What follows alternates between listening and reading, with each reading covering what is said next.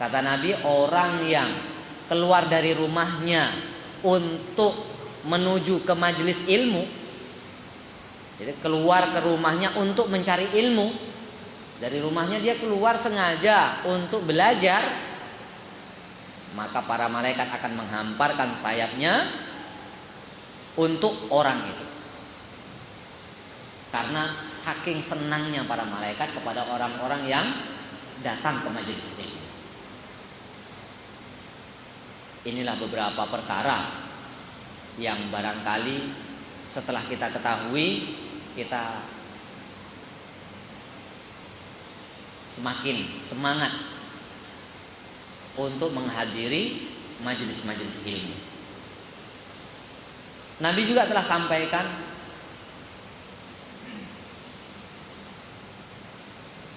An Abdullah bin Amr qala kharaja Rasulullah sallallahu alaihi wasallam dzata yaumin min ba'di hujurihi fadakhala al-masjid fa idza huwa bi halqatain ihdahuma yaqra'una al-Qur'an wa yad'una Allah wal ukhra yata'allamuna wa yu'allimuna.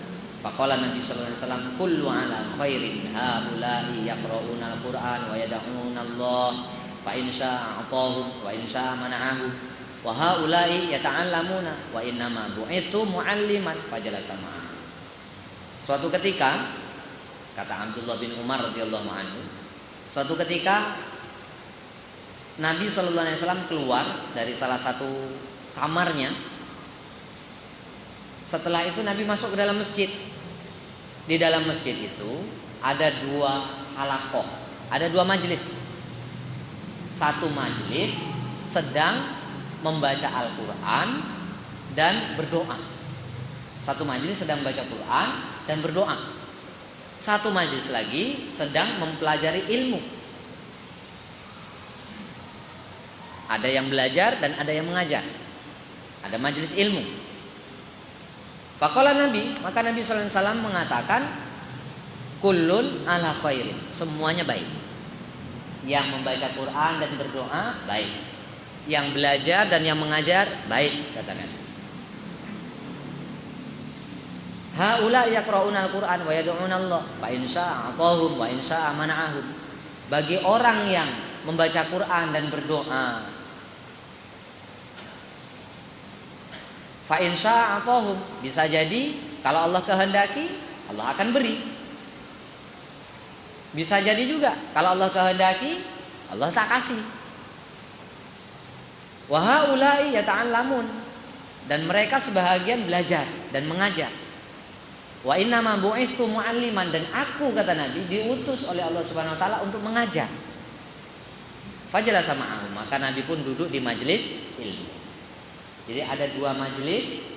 Ketika Nabi sallallahu alaihi wasallam keluar dari kamarnya masuk ke dalam masjid, Nabi sallallahu alaihi wasallam memilih untuk duduk di majelis ilmu. Ini contoh untuk saya, untuk kita nih. Apabila di majelis itu satu ada halaqah, satu ada amalan membaca Al-Quran ataupun amalan berdoa, ibadah maksudnya. Yang satu sedang majelis untuk mempelajari ilmu, membahas tentang ilmu, maka yang dipilih adalah untuk duduk di majelis ilmu. Nabi mengatakan yang baca Quran baik, yang berdoa baik. Bukan kita nyalahkan, bukan. Kalau disuruh milih, di dalam masjid itu ada dua majelis. Satu majelis ibadah, satu majelis ilmu. Mana yang kita pilih? Yang dipilih adalah majelis ilmu. Karena Nabi menunjukkan hal yang seperti itu. Di dalam riwayat yang lain, Nabi sallallahu alaihi wasallam sampaikan, naddarallahu mra'an sami'a maqalati faballaghaha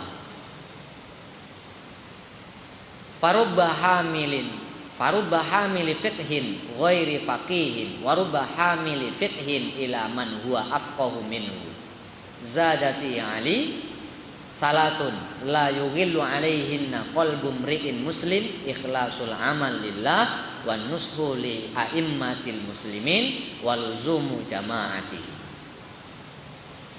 Nabi telah menyampaikan bahwa Allah akan memperindah seseorang yang mendengarkan perkataanku kemudian dia menyampaikannya. Jadi kata Nabi, Allah Subhanahu wa taala akan memperindah orang yang mendengar perkataan Nabi, setelah itu disampaikan perkataan itu kepada orang lain. Nabi menyampaikan berapa banyak orang yang menyampaikan fikih namun dia tidak paham dengan apa yang disampaikannya. Dan Nabi mengatakan berapa banyak orang yang menyampaikan fikih kepada orang yang lebih paham daripadanya. Maknanya apa? Perkara agama ini disampaikan kepada orang yang sudah tahu maupun yang belum tahu. Ada satu orang sahabat, bukan satu orang sahabat, kebanyakan sahabat itu kita lihat. Kebanyakan sahabat mereka sudah mendengar dari Nabi. Kemudian hadis itu disampaikan lagi kepada sahabat yang lain yang dia padahal lebih tahu. Padahal dia lebih tahu lagi. Umpamanya Abu Hurairah menyampaikan hadis kepada Umar radhiyallahu anhu. Kata Umar, "Iya, aku mendengar Nabi sallallahu alaihi wasallam menyampaikan itu." Ada lagi kadang-kadang sahabat-sahabat yang lain menyampaikan kepada Abu Hurairah, kadang menyampaikan kepada Ibunda Aisyah. Padahal Ibunda Aisyah bukan tak tahu, udah tahu, tapi disampaikan lagi. Maknanya apa? Ilmu itu disampaikan bukan kepada orang yang belum tahu saja. Orang yang sudah tahu pun harus menerima juga. Jangan pula mentang-mentang kita udah tahu, begitu ada majelis ilmu yang disampaikan, aku udah tahu dah. Bukan macam itu.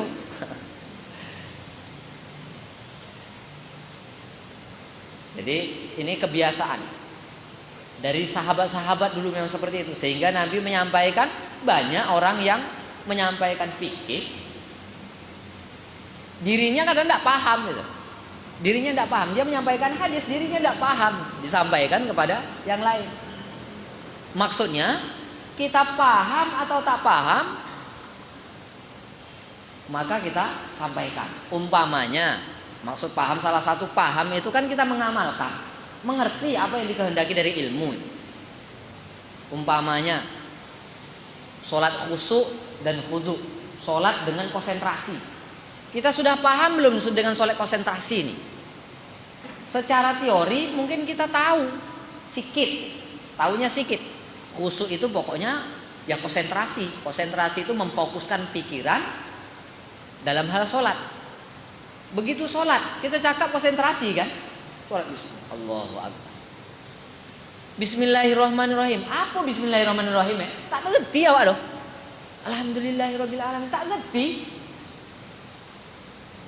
Apakah perkara ini tidak kita sampaikan kepada orang? Oh, dalam sholat itu kalau kamu mau khusyuk, rukun-rukunnya harus dijalankan. Salah satu diantaranya adalah membaca Fatihah. Padahal awak tak tahu dong membaca Fatihah itu apa maksudnya. Hafal iya betul, awak hafal Al-Fatihah, tapi belum paham. Apakah tidak disampaikan? Disampaikan.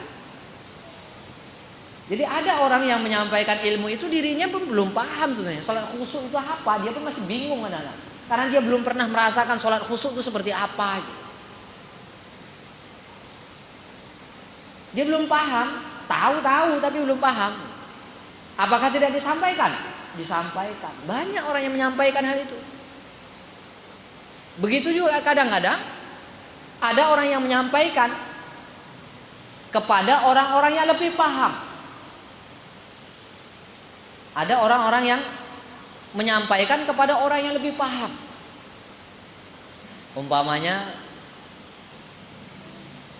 jamaah, salah seorang jamaah datang ke saya. Dia menyampaikan ke saya, waktu sholat tadi seolah-olah jasad saya itu terbaring di depan saya. Ini kan salah satu momennya.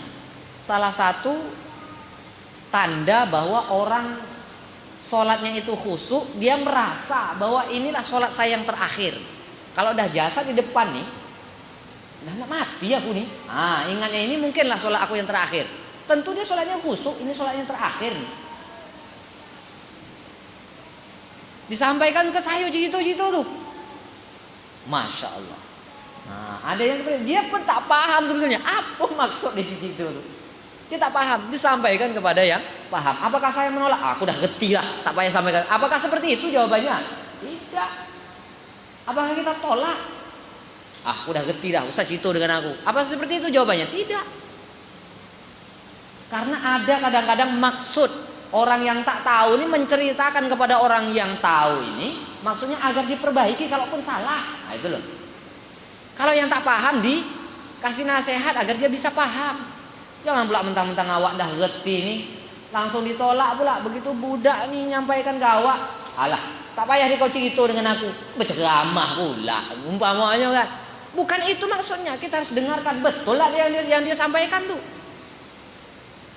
Kalau dia memandai-mandai gitu aja sudah, besok dia jadi penceramah pula. Siapa nak perbaiki lagi? Ini jadi masalah besar. Maka yang sudah tahu, yang sudah berilmu, jangan bosan-bosan, dengarkan lagi, dengarkan lagi, dengarkan lagi.